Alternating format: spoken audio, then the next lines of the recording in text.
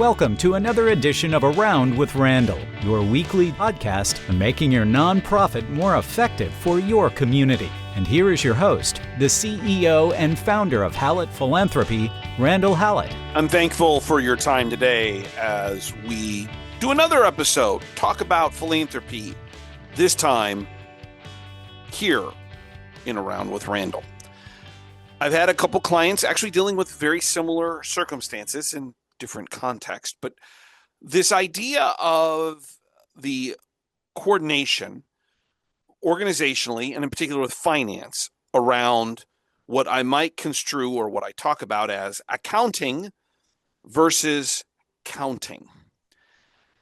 We sometimes run into scenarios where we have a challenge because we want to make sure we maximize and count everything that might be a gift for a lot of different reasons we'll get into in a moment.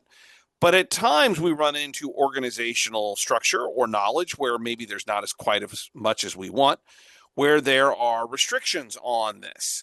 And usually those fall back to what I would call accounting. Today we want to take apart these particular concepts and then figure out a way in which we can maximize, and the rationale as to why, our counting of the activity of the organization philanthropically, but also align with the rules and regulations that finance and accounting brings to the table. So let's start with the accounting side first. And some of these things you may know, some of them may be new, but in accounting or in finance, they work under several different, depending on the industry or part of the industry, several different codes. But the big ones are what's called FASB and GAAP, General Accounting Principles. FASB is kind of the rules of how accounting works. I am not an accountant. Took a number of those classes, both in undergrad and my master's programs, understand the finance, understand just enough to be dangerous. But these rules dictate how things get done in an accounting system. And they're not really all that negotiable. It's what auditors look at and use to figure out, is the organization doing the right things? And we want the organization to do the right things. So how does this work into philanthropy? Well, let me give you a couple of examples.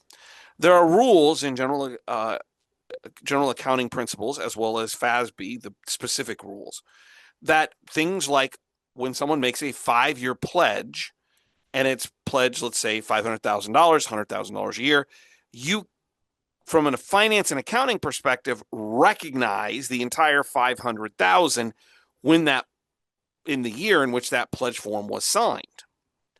While we may get cash payments over the next 5 years, or if they make the first payment, the next 4 after that, we don't recognize the cash coming in. That's an accounting rule.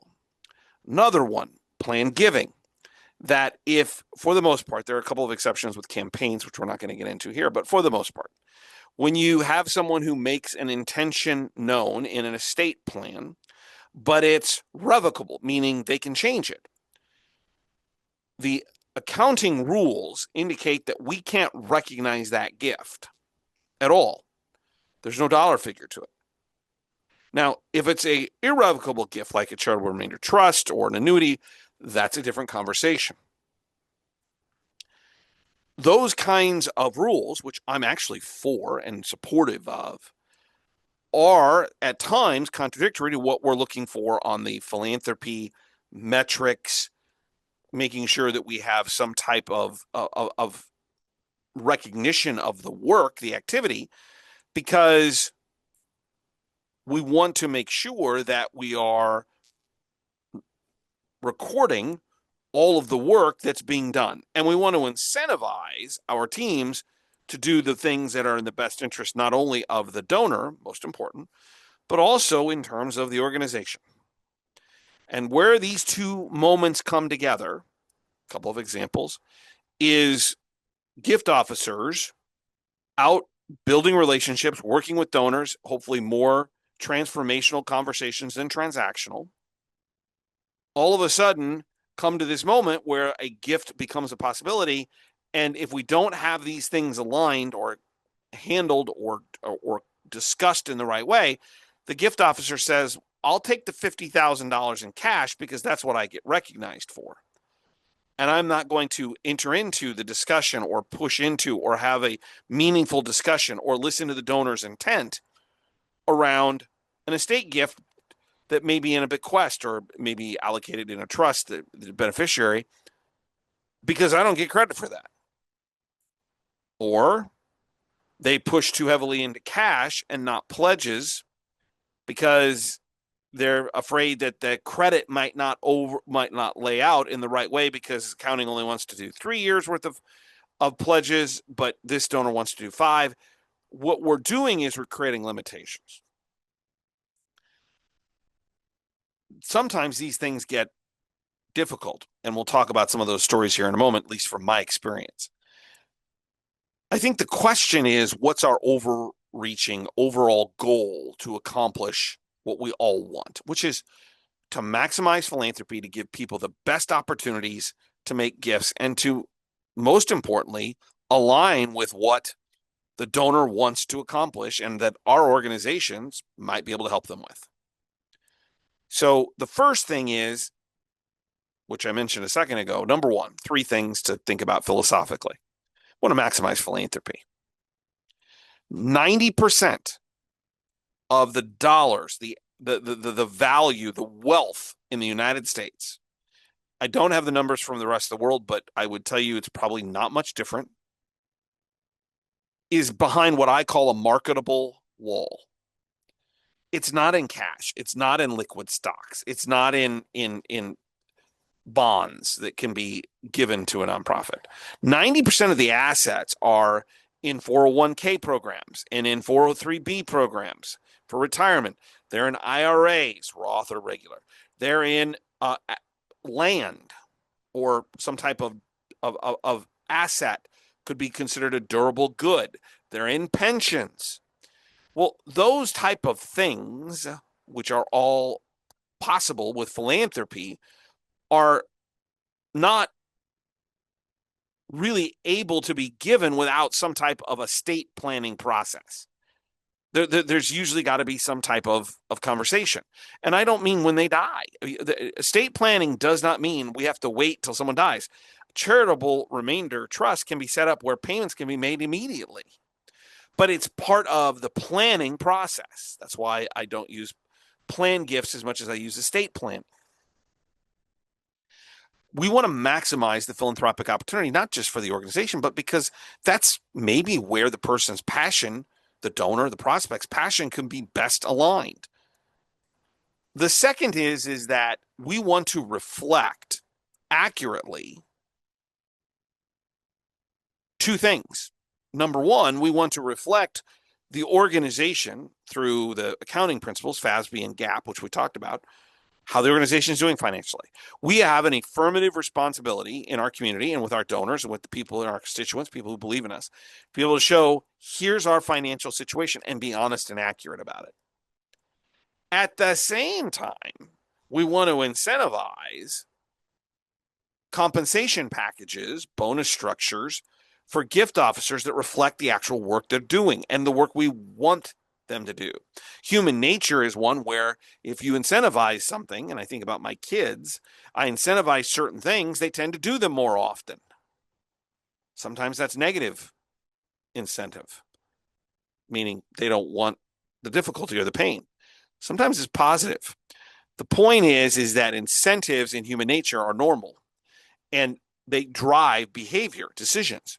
Well, if we're not doing this in the right way and we're not finding ways to mark or to count activity and incentivize plan giving where 90% of the assets are, estate giving, 90% of the assets are, or to incentivize the opportunity for entry into conversations that are unique, closely held business, something of that nature, and all we do is cash, what we end up with is a disconnect. The third and last thing is that we tend, and I don't want to completely blame finance, but it generally comes from that side. We seem to worry about 5 or 10 cents an awful lot. And what I mean by that is we have a challenge because, and I think finance, and I do this with my own company every year, how do we minimize expense without compromising mission or outcome or performance, however you want to look at it, deliverable. But is the 5 cents we're really talking about here, the 10 cents, going to make that big of a difference on the financials? But yet its impact, if we're not doing this the right way, on revenue, short and long term, is exponential. The old adage, you cut off your nose to spite your face.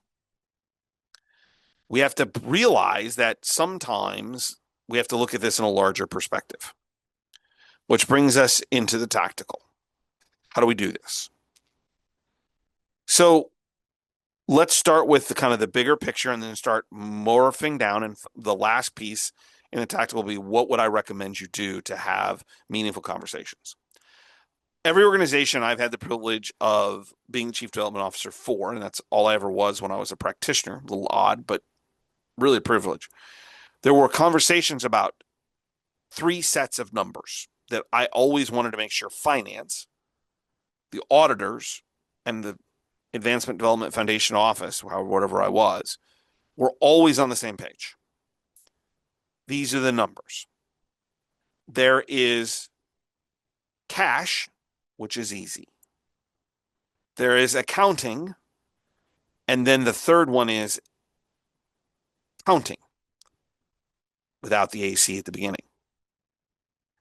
Kind of break these apart for a moment. Cash is easy. When cash comes in, you count it. Finance doesn't have an issue with it. You don't have an issue with it.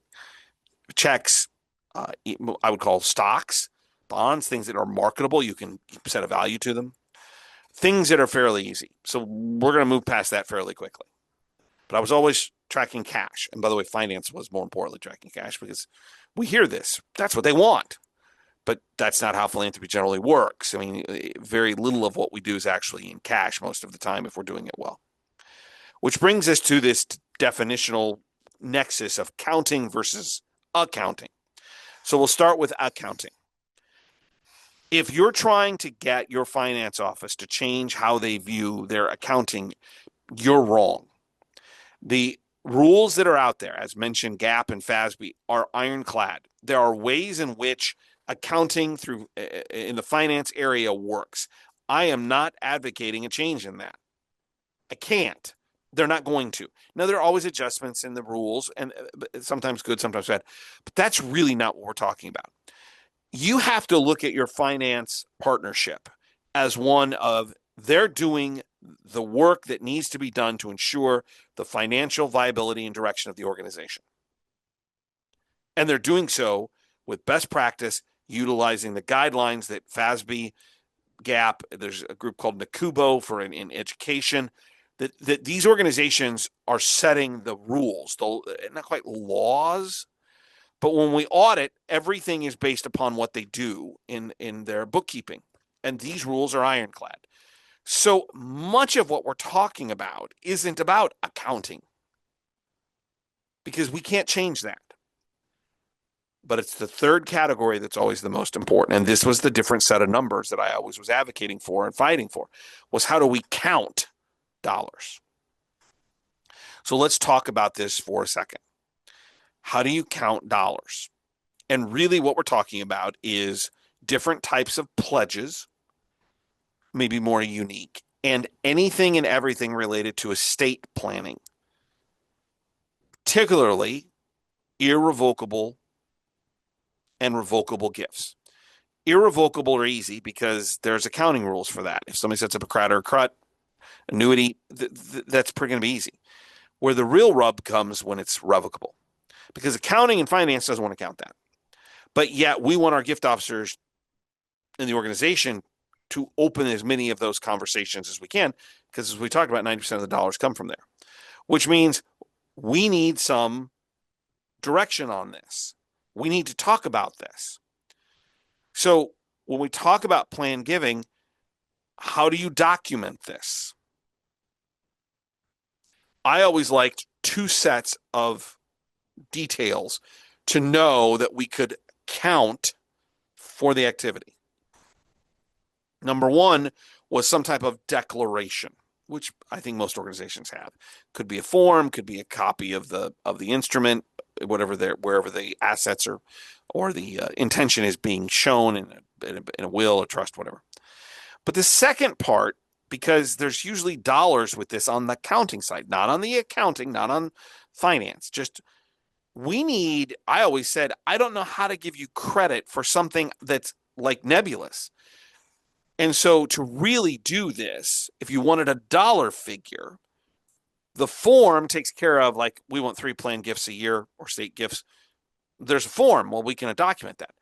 But if you wanted a dollar figure, there has to be something more.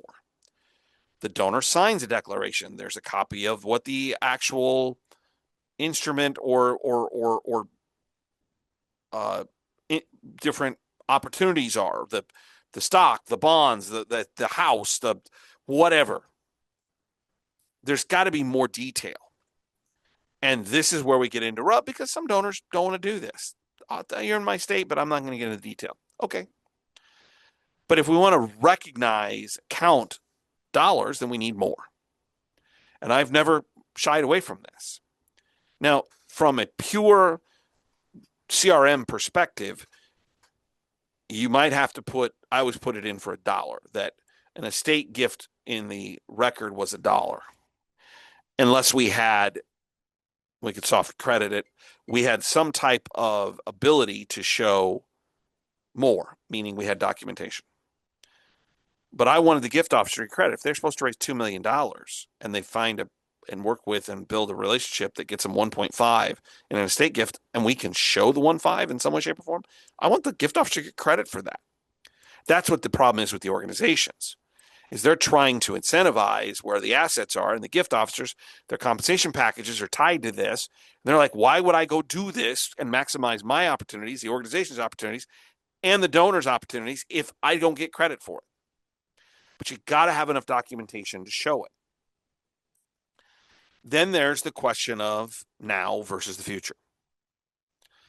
Let's say I make an estate gift intention known to a nonprofit. I was working with a gift officer. We want that gift officer to get credit for the work they do. And all of a sudden, that gift officer decides to leave. But it's a revocable gift, meaning I can change my mind. While the studies indicate that once you're in someone's estate, it's kind of hard to come out. The number one reason why organizations lose estate gift intentions, people change their mind, is they don't feel connected to the organization anymore. So here comes the new gift officer. Let's take $500,000 gift as a good or bad example, was credited to the organization and to gift officer A. Gift officer Z has now come in. What are you doing to incentivize them to continue and build that relationship with me? Maybe there's more money there. At a minimum, keep the intention as it is. And this is where we get into the discussion of double counting. Because what happens when Randall dies, leaves the 500,000, and there is meaningful, proven, documented work by gift officer Z, who did not get the original intention, but worked for 10 years to keep that relationship alive, basically some level of stewardship, and then they don't get credit for it. And we're back to, do you incentivize the activities, the things you want for your gift officers to be involved with? And this is where finance goes crazy. Well, we're giving double credit. Yes, we are. This is the same issue when we talk about shared credit in an organization, 2 people working on a gift together. Are they really going to get into a battle, $1 million gift, and I did 60%, so I get 60%, 40%? You did no, but I did the 50%. And we're not going to have a fight. Universities have figured this out more so than most. They've said, to heck with it. You can both get $1 million credit. We just want the money. We want to make this a great donor experience. We are not trying to figure out how to. In some places, the plan giving officers don't even have a dollar amount. They're just out there as advocates and support mechanisms for the gift officers. There's lots of different ways of doing that. But the key is you have to incentivize the work. I have a specific client that's going exactly through this scenario, and finance is throwing a fit around, well, that's double counting. I'm like, yeah, but what are you going to do to make gift officer Z who did not get the original intent wanting to build, well, just tell them to do it. Well, but they are naturally going to do the things that are related to their compensation and bonus structure and evaluation. And so there is this conflict, which brings us to what do you do? The ultimate tactical. The three things I recommend in these conversations. The first is on you. If you're the chief development officer, if you're in the finance area inside the foundation or infrastructure, however you want to put it, or you're a board member or whatever. The first thing is you have to make sure your books are clean. What I mean by that is if you're not using the CRM correctly, if you're not documenting everything, if you're not doing things like what I would call regular reconciliation, monthly would be preferable with finance. This amount of money came in, finance can account for it in their system as well. We lock up. When I started, there were two places I worked where there wasn't monthly reconciliation. And within 3 months, I said, we have to have monthly reconciliation. It's not negotiable. What I take in terms of what my CRM says is $1 for this month, finance we need a report that shows both of them connect. Because if your books are bad, you have less credibility with the CFO, with the finance, maybe the committee who might be involved with this from like, let's say, a governance board perspective. And certainly with a CEO who's listening to a CFO not like any of this. You've got to make sure your books are clean. You're doing your part, that you are reconciling, that it's being done monthly, that the audits when it comes to philanthropy are clean. You're using your CRM to the fullest. Because if you're not, then you are already 5 steps behind this conversation because all the CFO says, well, your numbers never make sense. They don't work. Why would I trust them? And you're dead. Get your books in order. Number 2 is sit down with the COO, CFO, CEO, finance committee, whatever. Maybe it's finance committee, the chair of the foundation board, and then the governance board, finance committee chair, and have a discussion. Say, here's our challenge. We have several options, but the common goal, sitting down, common goal is we want to raise more money. And I want to incentivize the team to do so. Here's the challenge. The conversation is the most important piece. Maybe you have to bring in an outside source, which is what a client's actually doing. They're bringing in me, in this case, to sit down and say, look, here's the challenge. Finance are not bad people. They're just doing their job. And my experience is they don't understand philanthropy at the level that we need or want. Sometimes it's education. Sometimes it's, if you go in accusatory, like you're wrong, you don't understand, we're all on the same team here. But you have to find a way to work together. The last thing is that you need to be ensuring that you're utilizing internally with your teams, and if you're a gift officer, your work with metrics and with best practices. If you want to incentivize bonus structure, certainly compensation, the types of more complex gifts we're talking about here and align with finance, you need a robust metrics process. If it's just, well, you raise some money and no. We're into calls, visits, proposals, gifts closed, because you can't create a sense of credibility with finance unless you can show productivity. These 3 things are more important than you might realize. Number 1, your data, your books are clean. Number 2, you're not accusing finance and the organization of trying to destroy philanthropy. We're going to have a conversation. But the common goal is we all want to raise more money because we need it. And the third is that we are holding our gift officers accountable, whether it's with plan giving or cash. The point is we're doing our job and we can prove it. If you do those 3 things, you'll find a more robust conversation about, as I talked about, cash, accounting, which we can't change, and creating that third rail to count the activity and the success of our gift officers. That is how you'll get to the right discussions around this difficult subject, which is most importantly known by all as ensuring philanthropy is a critical part of the strategy and the execution, revenue, limited expenses, for the nonprofit organizations we represent, for the good things that they do. Don't forget to check out the blogs at hallettphilanthropy.com, 2 per week. And if you'd like, you can reach out to me at podcast@hallettphilanthropy.com. The complications of our world, you can look at it in a million different ways, just keep sending more and more power, more and more signals that philanthropy, nonprofits are more and more important. That the work that we do, the work that nonprofits represent to take care of the not heard, the misaligned, those that need the most amount of help, that we are the cover between for-profit business that doesn't want to do some of the things we do because it's not profitable, and government, which is inefficient. We're in this middle part. It's now more important than ever for us to be good at what we do. Today he's talking about alignment and conversation and about how do we get the best opportunities to raise the most amount of money. But there are lots of different ways and different moments, and we talk about them throughout all these podcasts of how we do what we do. Know that the work you're doing, either externally with donors or internally trying to figure things out, like today's subject of accounting versus counting, are critical to your community. Your work is valuable. You're making a difference. Remember, some people make things happen. Some people watch things happen. Then there are those who wondered what happened. We're people who make things happen if we're doing what we should. We partner with philanthropists who are also wanting to make things happen.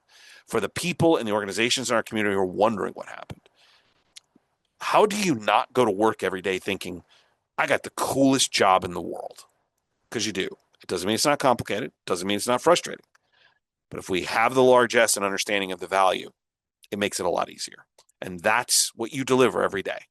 And remembering that will make each day a little bit easier. I'll look forward to seeing you the next time, right back here on the next edition of Around with Randall. And don't you forget, make it a great day.